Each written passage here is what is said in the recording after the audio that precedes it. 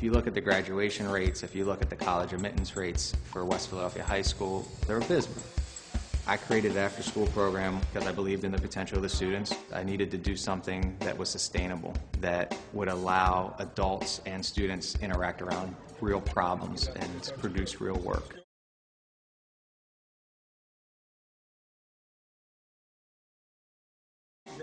Everything we did to make the hybrid car, we actually made it. And it's surprising when a kid could do that and he sees that he's part of it. He actually feels like, hey, I can really do this. Oh, I said 6. I started it because I wanted to be involved in new technologies of the future. The reason I joined was I was having some problems in everyday school life, and one of the teachers took an interest in me and said, "You're a smart kid. I think you should be a part of this."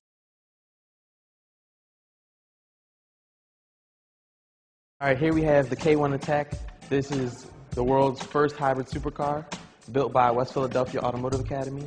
We run it on biodiesel, which is basically a vegetable oil. This car gets about 60 miles to the gallon on a little 4-cylinder. And then we have our beautiful doors. I mean, it doesn't really help the car go any faster, but we just think it looks pretty cool.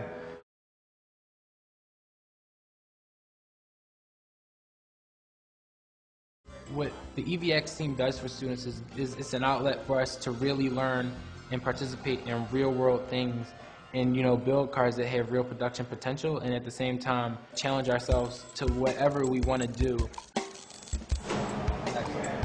Being on Team EVX has helped me think about my future and what I want to do in my career.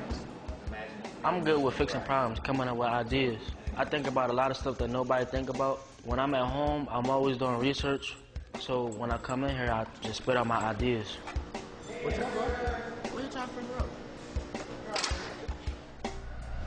The fact that we've built really cool cars that are nationally and internationally competitive is amazing, but I think what's really amazing is that we're educating students in ways that are successful when most of the public education system is failing.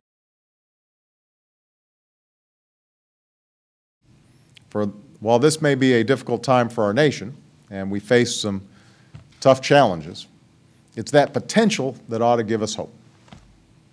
We need no better example than the students who are here today from West Philadelphia High School. These students, under the direction of some terrific teachers, entered a global competition against serious corporate and college challengers to build a production-ready car that runs on very little fuel. So as part of an after-school program, they worked to get their vehicles ready. They tweaked the hybrid engine. They figured out how to make their cars run more efficiently.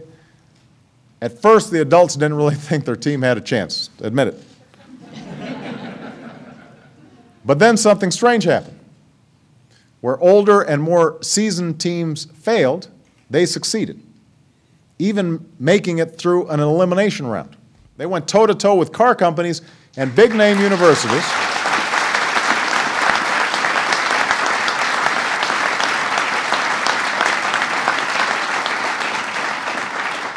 Went against big-name universities, well-funded rivals. They held their own.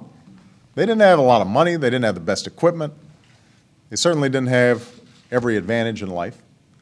What they had was a program that challenged them to solve problems and to work together, to learn and build and create. And that's the kind of spirit and ingenuity that we have to foster. That's the potential that we can harness all across America. That's what will help our young people to fulfill their promise, to realize their dreams, and to help this nation succeed in the years to come. And I just have to editorialize. This is the kind of thing that just isn't going to get a lot of attention initially. This will not lead the nightly news. You won't see this on the cover of Roll Call or Politico. Doesn't have conflict and controversy behind it. But these are actually the kinds of things that 10 years from now, 20 years from now, we're going to look back and say this is something that made a difference.